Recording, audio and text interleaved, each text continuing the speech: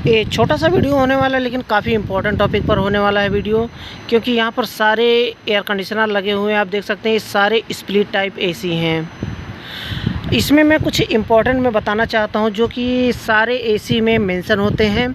जैसे कि अगर आप कोई भी एसी रिपेयर करने के लिए जाते हैं, कोई भी एसी आप जाते हैं उसमें गैस चार्जिंग करने के लिए या फिर कंप्रेसर रिप्लेस करने के लिए, कोई भी एनीथिंग कोई भी प्रॉब्लम हो तो उसके डिस्क्रिप्शन में ही देख करके काम किया जाता है। जैसे कि सपोज़ दैट मैं आपको बता रहा हूँ, लेकिन इससे पहले मैं बताना चाहूँगा कोई अगर आपने हमारे चैनल को सब्सक्राइब नहीं किया है तो चैनल को सब्सक्राइब कर लें। मैं थोड़ा सा लाइट बढ़ा दूँ क्योंकि शाम हो चुका है। तो चैनल को सब्सक्राइब कर लें और बेल आइकन को प्रेस करके ऑल पर क्लिक कर लें ताकि हमारे आने वाली न्यू वीडियो की नोटिफिकेशन आपको मिल पाए और वीडियो को देख पाएँ सबसे पहले। तो हम बात करते हैं यहाँ पर, ये स्प्लिट एसी का आउटडोर है। मैं सामने से दिखा दूँ, ये होता है स्प्लिट एसी का आउटडोर, जो कि यहाँ पर 4 आउटडोर एक साथ में लगे हुए हैं। 2 आउटडोर यहाँ पर लगा है और बाकी छत पे सारे आउटडोर लगे हुए हैं। ये सारे एसी जितने भी दिखाई दे रहे हैं सारे हमारे कॉन्टेक्ट में हैं एसी। तो यहाँ पर देखिए, सबसे पहले स्टार्टिंग यहाँ से होती है। यहाँ पर थोड़ा ये बेसिक से मैं बता रहा हूँ, कुछ लोग नए हमारे चैनल पर विजिट करते हैं जिन्हें नहीं पता होता है। इसमें 2 लाइनें होती हैं, है ना। इसका जो नाम होता है, ये मोटा वाला पाइप सक्शन लाइन होता है, ये पतला वाला पाइप डिस्चार्ज लाइन होता है। भाई एक चीज़ है, जितने लोग भी क्वेश्चन पूछेंगे मैं उसका आंसर दूंगा, है ना। कोई भी क्वेश्चन पूछ रहे हैं हमारे भाई, मैं सबको आंसर दूंगा।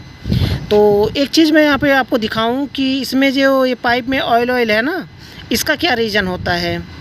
और कुछ एसी में जिसमें ये देखिए, ये दूसरे एसी में मैं दिखा रहा हूँ बिल्कुल सूखा सूखा है, इसका क्या रीज़न है और इसका क्या रीज़न है। तो ये मोटा वाला पाइप सक्शन लाइन होता है, ये डिस्चार्ज लाइन होता है, और इसी पतले वाले पाइप को ही लिक्विड लाइन कहते हैं। और ये मोटे वाले पाइप को हम जो सक्शन लाइन, बैक प्रेशर, इसी में हम गैस चार्जिंग करना हो, सक्शन प्रेशर मापना हो तो हम इसी में वाल में लगाते हैं। अब देखिए दोनों में एक ही वाल लगा हुआ है। ये कुछ एसी ऐसे होते हैं जिसमें दोनों में वाल लगे होते हैं, जैसे कि मैं आपको दिखाऊँ दूसरा एसी। चलिए मैं दूसरा एसी दिखाता हूँ। यहाँ पर देखिए, इस एसी में दोनों में वाल लगे हुए हैं, सक्शन लाइन में भी और डिस्चार्ज लाइन में भी वाल लगा हुआ है। इसमें हम बैक प्रेशर और डिस्चार्ज प्रेशर दोनों को नाप सकते हैं। यहीं पर कंप्रेसर खोलना नहीं है, डिस्चार्ज लाइन खोलना नहीं है, यहीं पर हम सक्शन प्रेशर और डिस्चार्ज, सक्शन प्रेशर नापने के लिए इसमें लो प्रेशर गेज लगाएंगे, डिस्चार्ज प्रेशर नापने के लिए इसमें हम हाई प्रेशर गेज लगाएंगे। तो इससे हम सक्शन और डिस्चार्ज दोनों नाप सकते हैं।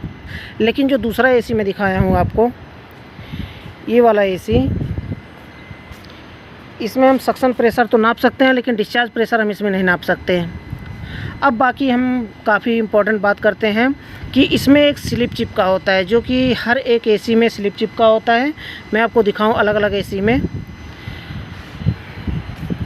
ये वाले एसी में यहाँ पे भी चिपका है स्लिप, और इस एसी की बात करें तो यहाँ पे भी एसी स्लिप चिपका हुआ है। ये वेस्टिंग हाउस का एसी है और सामने जो दिख रहा है वो पर्ल का एसी है। तो 2 तरह के एसी, 3 तरह के एसी लगे हैं। एक मास्टर कूल का है जो कि 1 टन का है। तो इस डिस्क्रिप्शन में आपको दिखा दूं मैं।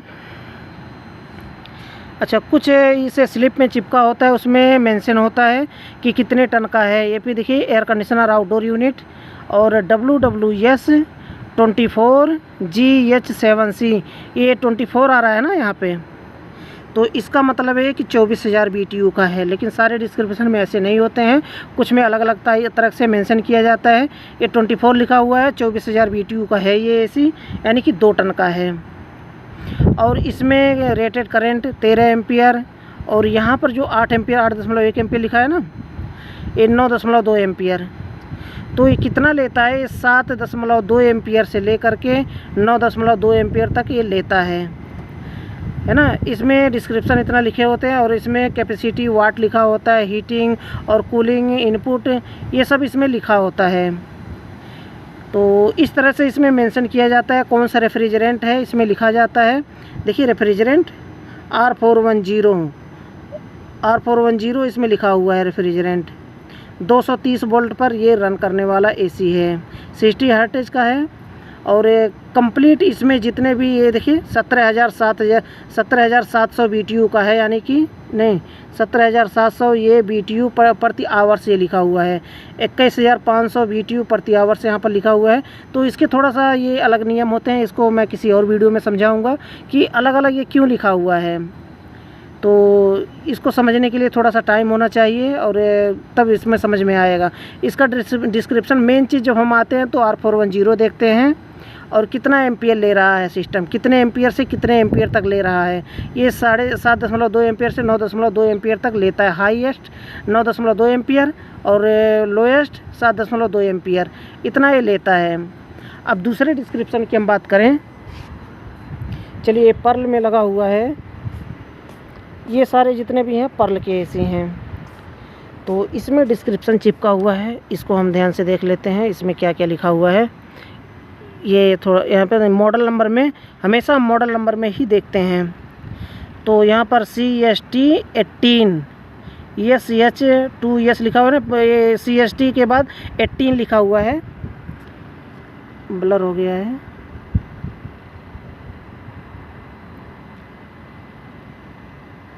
ये देखिए 18 लिखा हुआ है ना, यानी कि 18,000 BTU का है। 1.5 टन का एसी है ये। 12,000 BTU का 1 टन होता है और 6,000 BTU का आधा टन होता है, यानी कि 12 और 6 18, 1 और आधा 1.5 टन का एसी हुआ ये।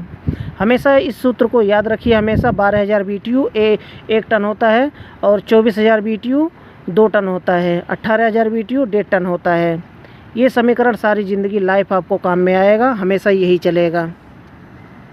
इसमें भी ये सक्शन लाइन, डिस्चार्ज लाइन, अच्छा मैं और चीज़ बताना भूल गया। यहाँ पर देखिए ये 18,000 BTU का है ये, और मेड इन बहरीन है ये। कुछ में मेड इन चाइना लिखा होता है, थाईलैंड लिखा होता है, मेड इन बहरीन है। और इसमें जो BTU यहाँ पर दिया गया है ना, अब देखिए थोड़ा इस तरह के कैमरा करके मैं दिखाऊँ, थोड़ा सा टेढ़ा करके ताकि अच्छे से दिखे।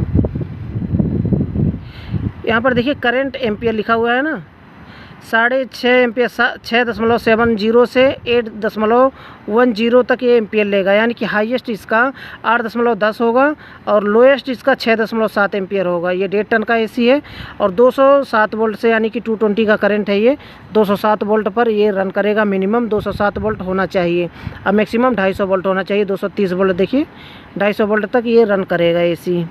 इसमें रेफ्रिजरेंट की बात की जाए तो देखिए R410A और 1300 ग्राम, R410A 1300 ग्राम इसमें दिया गया है। अब BTU की बात की जाए 17,300 BTU प्रति आवर्स। ये जो BTU नापते हैं ना, ये हम प्रति आवर्स में नापते हैं BTU को, तो इसमें लिखा हुआ है। और सारे डिटेल्स जो है ना डिस्क्रिप्शन में, कभी भी हम आते हैं इसी को रिपेयर करने, गैस चार्जिंग करने, तो सबसे पहले हम डिस्क्रिप्शन में ही देखते हैं, क्योंकि सारे डिस्क्रिप्शन में ही सीरियल नंबर और ये इसमें मेंशन होता है। और इस डिस्क्रिप्शन में लिखा होता है कौन सा रेफ्रिजरेंट है, कितना चार्ज होगा, कितना एम्पियर ले रहा है, ये सब लिखा होता है। लेकिन अगर कंप्रेसर चेंज हो रहा है तो उसमें थोड़ा सा चेंजेस हो जाता है, क्योंकि ये सिस्टम बनाया गया है तो मैक्सिमम ये 8.10 एम्पियर लेगा और लोएस्ट जो है 7.5 एम्पियर तक लेगा। अगर कंप्रेसर चेंज करते हैं तो उसमें कंप्रेसर, कौन सा कंप्रेसर लगा रहे हैं उसके हिसाब से डिपेंड करता है कि कितना एम्पियर लेगा। तो ये छोटा सा वीडियो था, छोटी सी जानकारी थी। मुझे लगता है कि वीडियो आपके समझ में आ गया होगा। और बाकी अब इससे रिलेटेड जितने भी एसी लगे हैं ना, सबका डिस्क्रिप्शन सेम होगा। ये सारे पर्ल के एसी हैं। और तीसरा एक एसी यहाँ पर लगा हुआ है, छोटा सा है, जो कि बैनकूल का एसी है। देखिए यहाँ पर 3 टाइप के एसी लगे हुए हैं, तो इसमें भी डिस्क्रिप्शन छोटा सा चिपका हुआ है, इसमें भी वही लिखा हुआ है। ये देखिए इसमें लिखा है, इसमें मैक्सिमम 6.8 एम्पियर यहाँ पर लिखा हुआ है। कूलिंग जो है 4.4 एम्पियर लिखा हुआ है।